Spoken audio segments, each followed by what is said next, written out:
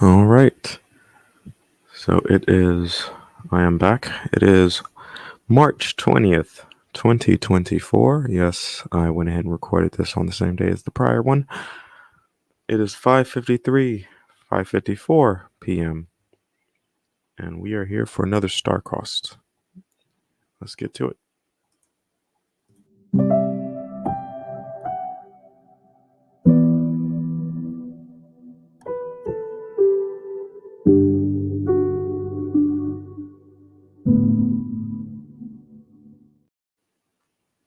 All right. So, now that I'm here, let's jump into this one again. I am going to jump straight into the journal entry because I already burned out whatever thoughts I did have in the prior broadcast that I did right before recording this one. So let's go ahead and jump right into that. See what we got here. This one is journal entry number 3, titled Solo Tears. That is interesting. Okay.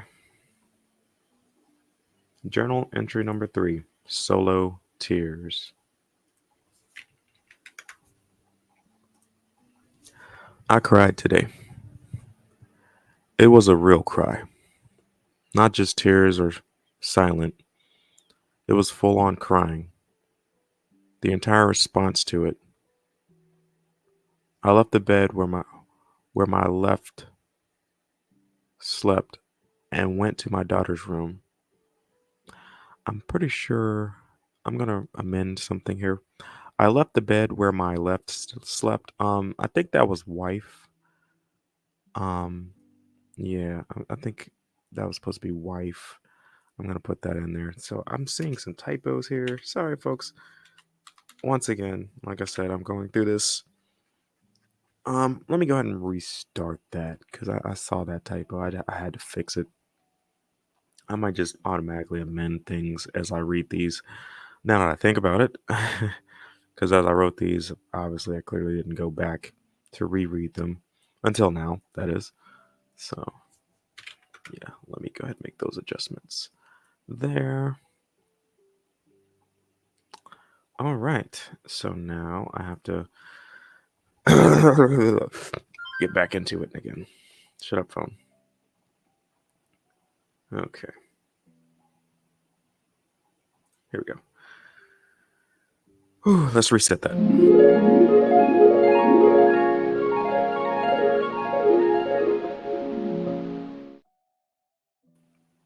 Journal entry 3, Solo Tears. I cried today. It was a real cry. Not just tears or silent. It was full on crying. The entire response to it. I left the bed where my wife slept and went to my daughter's room. I left not I left to not disturb her sleep. She was sleeping so carefree, like a baby. I was jealous as I struggled for hours. The pending doom of our relationship did a number on me. My mind was like minced cheese. I see why men tend to commit suicide following a divorce. It is hell. The process, the pending powerlessness, and your spouse, the person you trusted for however long you vowed to protect and provide for, plots and schemes to take as much as she can from you prior to wringing you dry of any dignity. I see now. I cried for about 5 minutes. I tried not to make too much noise in an effort to not awake Amani, my daughter. I knelt at her curt- curtailed window with the blinds partially drawn up. I think it was supposed to be curtained. All these errors, I swear, y'all. Forgive me. I cried for about 5 minutes. I tried not to make too much noise in an effort to not awake Amani, our daughter. I knelt at her curtained window with the blinds partially drawn up so I could look out at the fresh snow. I cried for my dreams. I cried realizing my plans weren't panning out as a family. I cried for Amani. I wanted a family for her. I planned for her to have a little brother and or sister, a family. That dream is gone. I cannot have any more children with this woman. Prior to going to my daughter's room, I felt like I was sleeping beside a stranger. When my wife finally awoke, I took to the bed in an effort to get some sleep. I needed some sleep. I had spent the prior hours eating pizza for breakfast with Amani. As I lay in the bed with a pillow on my face, I sensed her. I could hear and sense her presence as she got dressed for the day, going in and out the room. She was a stranger to me. I felt threatened by her presence for the first time I could recall. My discomfort was so strong that I would peek from beneath the pillow just to make sure it was her and not someone waiting to plunge a knife into my side. This worried me. I didn't think she would harm me, but my intuitive sixth sense was telling me to beware. It has yet to steer me wrong. She may not mean me physical harm, but she is a danger to any potential future family. I will not have more children with this woman. The years of gaslighting, lying, and sneaking around have taken their toll on me. It's a pity it took me this long to realize it for what it was, a warning. I am not suicidal. I love my daughter, and I do not wish my wife harm. Now, my thoughts on this one. Now, this one I actually do recall that night. I could not sleep. That's one of the rare nights where me and my wife, soon to be ex-wife, well, actually, by the time you guys listen to this, she will be my ex-wife. Me and my ex-wife had a rare, because most of the time I'm working and our sleep schedules are completely opposite, so we very rarely share a bed, to be honest. Occasionally, we'd have sex here and there, but outside of that, like actually sleeping the whole night together, we rarely had a night like that. So this is one of those rare nights where, you know, that actually did occur. And, as I exclaimed in here, yeah, it felt like I was sleeping next to a stranger. Like at this point, this was the point where I was like, yeah, there's very little that can be done to salvage whatever is left of this relationship. It's like I was starting to feel like I was actually feeling like my life was in danger, to be honest. Like had I stayed, like I don't know if I would have ended up on one of those episodes where she like hired somebody to come murder me or something. Like that's literally how far things were going. And because all the stuff she was doing, like the stuff she was hiding, the stuff she was lying about, um I'm not even gonna talk about like I would meal prep, and oftentimes I'd wake up and someone's tampered with my food, and yeah, so I would just yeah, it was getting to the point where I was like, yeah, this isn't gonna last much longer, and I knew it, and I was like, yeah, this is not gonna last much longer, um, because the woman that I married, the woman I you know thought I fell in love with, she was not there whatsoever. Like it was like a completely different person because the things he was saying, the things she was doing was completely different from any response she would have given me prior to that. Like beforehand, you know how it's like you know someone so well you can finish their sentences. Now it's just like I don't know what the fuck she was gonna say. Like it was that at this moment. Um, I literally didn't know who this woman was.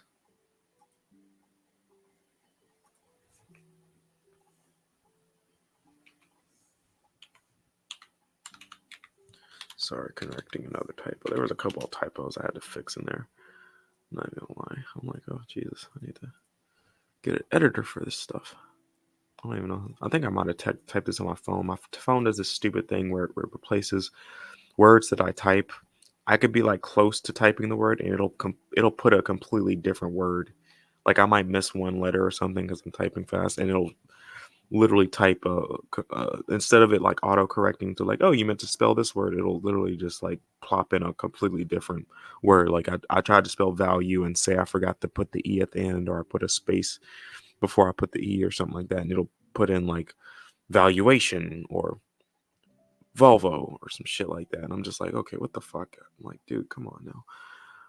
But yeah, that actually there was some update that happened or changed something in my thing, and it's ever since then it's been doing this crap.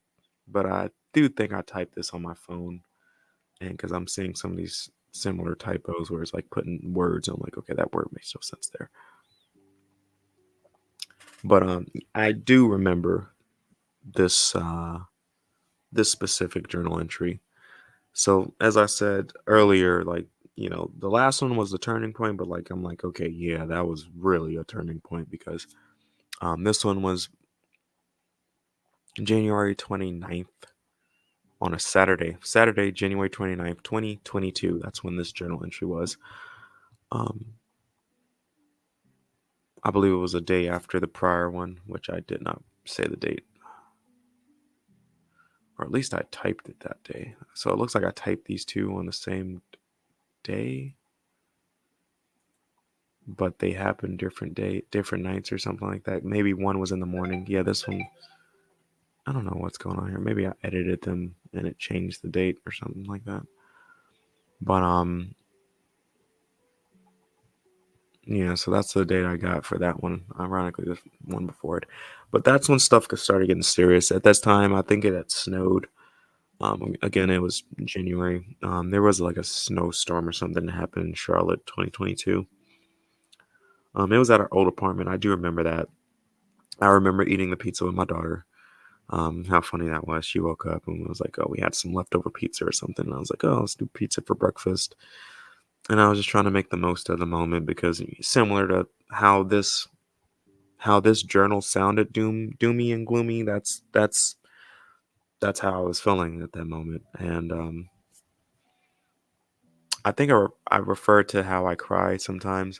It's like I'll reference a memory like when I was younger, and I tear up and stuff, and it was like I'm not crying because what I'm saying is sad. I'm crying like for that younger me that was feeling that, because I could feel those emotions when I was younger. I could feel like I wasn't worth shit.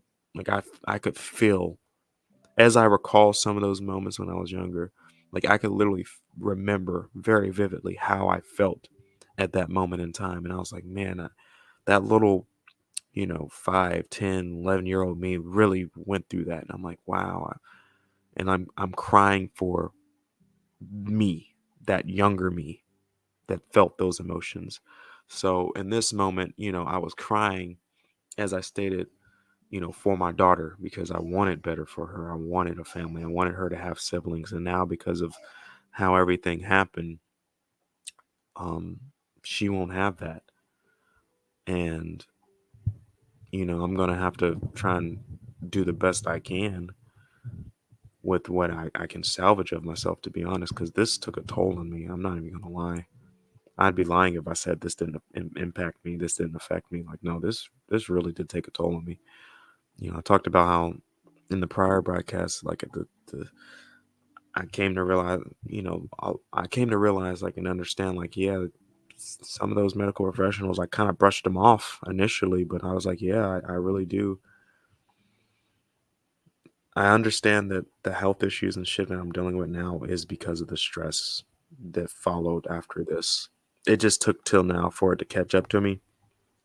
Ironically, right at the time I was about to address all of the issues, I guess the timing of it just, you know, I I waited a little too long to address them, and it really did catch up to me, and it's ridiculous because I was watching a broadcast and they were talking about the different stress responses and stuff. Actually, I was Also, just got through a book that was on trading, um, The Hour Between Dog and Wolf. And that book, they actually go into a lot about the stress response. Um, and, they're talking about the stress response, how often traders go through, which I learned about too. And I remember learning about that vividly in 2022. I learned about psychology and the stress response and the thought processes of someone who's putting on a trade and stuff. Because this is when I was learning a lot about finances, trading forex, all that stuff, and I learned about all that stuff. But this book, it went into very good detail, going into the specific hormones, the actual stress response. And one of the things it talked about in that book was something I was going through. I remember, I think in some of my prior broadcasts, I was talking about how I was literally sick. Not like I was constantly sick. I had a constant nasal drip, a slight cough. Like I was constantly like my sinuses or something, like my respiratory system was constantly getting infected. And one of the things that it actually talks about is one of the long-term stress responses, the chronic response, is you get upper respiratory infections. That's one of the side effects. And I was like, so now like everything was starting to come was starting to piece itself together. And I was like, oh wow, that entire year I was actually having like that entire sickness, that illness I was going through. Because I remember talking about it, I was like, I don't know what the fuck's going on. Like I've never been more sick the last 2 years than the last 20 years of my life. And it was ridiculous because I've never been that sick in my life. I've never been this injured or hurt in my life, you know, including the shoulder surgery I went through after I, pretty much obliterated my shoulder. And now that's actually come back now. So it's ridiculous how, yeah, like 2-3 years of that can literally like that, yeah, that fucking that took a toll, a very big one. Now I'm recovering from it. I've already talked about I lost the weight and stuff. Mentally, I'm still developing. I'm always learning. Like I said, I just got through that book, and I'm like, oh wow, I learned even more about the psychology of a trader. I learned more about myself. I gained more understanding about a bunch of the shit I was going through. Like, oh wow, that was a stress response I was going through. No wonder, I was chronically, you know, what appeared to be like sick that entire year. For an entire, and I literally mean like an entire year at least. Like I was nonstop nasal drip, like my sinuses, the coughing and stuff. I was like, I don't know what the sneezing from here and there, and I'm like, I don't know what the fuck is going on. And I remember thinking, and I'm like, what the fuck is going on? I thought it might have been the freaking COVID shot and stuff like that. I took one of the boosters. Like I didn't know what the fuck it was. I didn't know what the hell it was. And then of course, reading, going through that book, and it did talk about that stress response. It's like, yeah, one of the things it opens up, you know, certain responses in the body. It makes you more vulnerable to respiratory, upper respiratory infections because of the hormonal responses of the long-term chronic stress response of the body. And I was just like, wow. And it's crazy how like it all just started making sense. And I was already coming to peace to like, okay, yeah, some of this, what I'm doing, a good deal of this is because of stress. And now, like, even that is like, oh, wow, even that was because of the stress. It actually might not have just been the shot and whatnot. It was just like maybe the shot was like right around the time it just helped it along because it maybe just coincidentally lined up with it. But yeah, that even that was just a part of it. And now I'm starting to finally feel more like myself, to be honest, a lot more normal. Still some of the little aches and pains and stuff. I'm still dealing with that, of course. I'm still addressing it. I'm still going through a bunch of therapies and all that stuff. But physical therapy and whatnot. But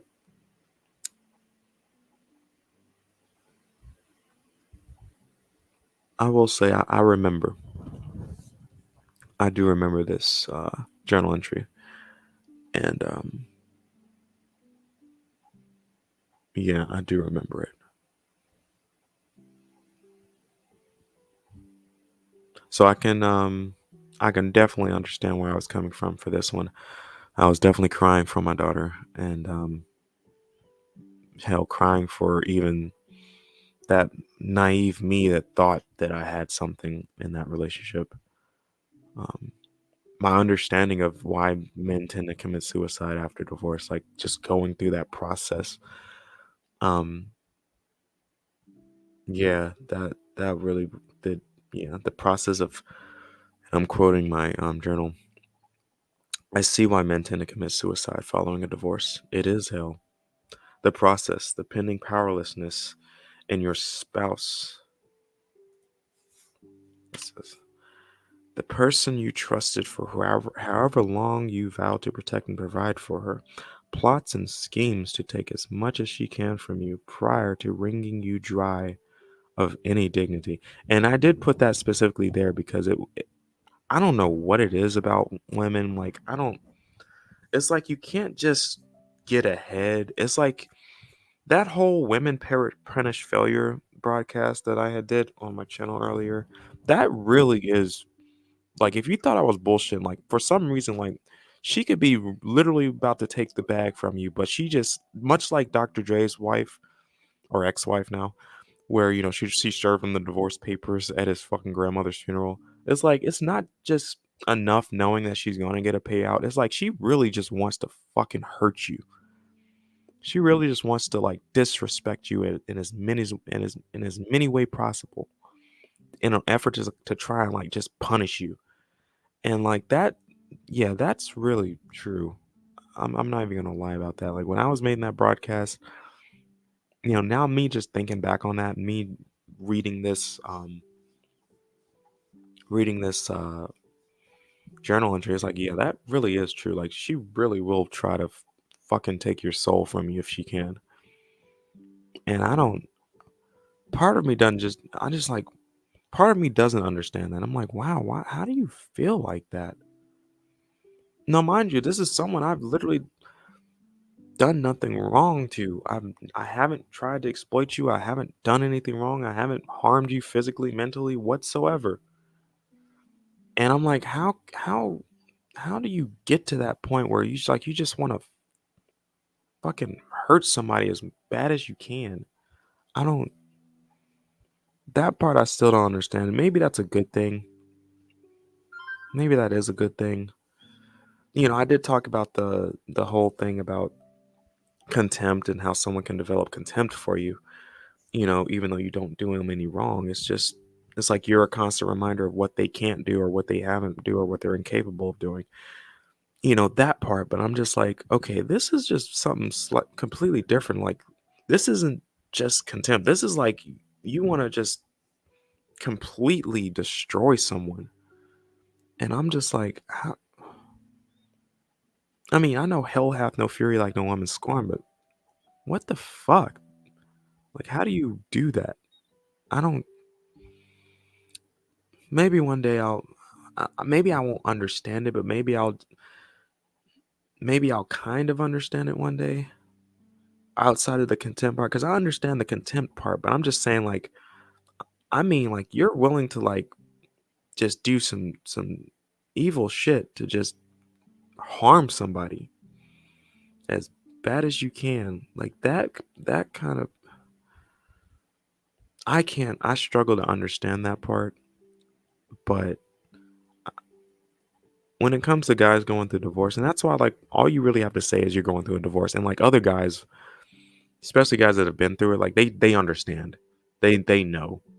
Like I even talked about it with some of my doctors, and even when I said it, they're like, "Oh yeah, stress," because they already know. Like, yeah, if you're a guy and you're going through divorce, like, yeah, they already know how that's going. Like they know, like, yeah, your spouse is pretty much putting you through the ringer, and it's sad that that's a truth. Yet I'll say something like that, like what I wrote in this journal. Like I'll say something like the whole women punish failure thing, and you'll have people sitting up here trying to call me, you know, a misandrist because I say something that's not so flattering about women, even though I've literally said the same things about men. But obviously they'll call me a misandrist, um, or misogynist.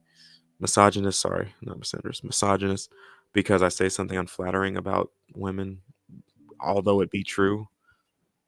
Hell hath no fury like a woman scorned has been around since way before I've been born. That's been a truth that all men know. Um, uh, and I'm just like, okay, I can say that I'm going through divorce, and like everybody kind of like they kind of have that. It's kind of like when I talked about when I lost the weight. It's kind of like the reverse of that. I can say I'm going through divorce, and everybody knows I'm going through shit, and they're like, oh, they kind of get that sympathetic kind of tone and everything, like, oh, and then they know, all the medical professionals already know, like, oh yeah, you're going through stress and all that crap. It's kind of like when I talked about that weird situation where everybody was noticing how I was when I lost the weight. I had put on about 20 pounds going through this stressful period. And it wasn't until like I lost the weight, then people started saying something, oh, you slimmed down or blah, blah, blah, blah. But mind you, they didn't say anything while I was gaining the weight. Yeah. So none of them, no one said anything while I was gaining the weight. Not a soul, not a person, no one at all. But plenty of people said something. I mean, people I didn't even think were noticing, or would say like, "Oh, you slimmed down. You look like you got more in shape or whatever." And I'm like, "Wow, that's weird." It was weird. I still think it is weird to this day because I was actually surprised at how many people actually said something, and I'm like, "Oh wow." It on one hand, it let me know two things. One, people are actually observing me as I move and as I do things, and two, they saw me while I was gaining that weight, and I'm gonna let that sink in because they saw me as I gained that weight. They saw that. And for whatever reason in this society, you can see somebody going through some shit. Although they're probably, dealing with it better than most. But weight gain is one of those signs of stress and whatnot. And yeah, you can joke about it if you're friends with them or cool with them. But for the most part, you know, a lot of your friend will put on some weight and stuff, and you won't say anything because you don't want to offend them or come off the wrong way or something like that. And I'm just like, okay. But you'll say something when they lose the weight though. So if they lose the weight, mind you, because I'll say it like this: most people don't. Most people they get into that hole and they can't dig themselves out, and you're just there to kind of like, and you're just there watching them in that hole. But I found that interesting. I will say that definitely makes you think about some things about life, about society in general, about relationships, about power dynamics. Definitely, and I think that's a good place to leave this broadcast. I like, I like that. So thanks for watching me. Thanks for joining me on this broadcast. Journal entry number 3. There is more to come. There's actually plenty more to come. I think I got like 30 something journals or something. Um, a lot more thoughts actually, because I already know there's a lot more into some of these journals. Definitely. And I'm gonna end it on that. So definitely join me for the next one. I look forward to it. I look forward to all those. Feel free to leave a comment if you wish. Um, but and of course, until next time, thank you for joining me.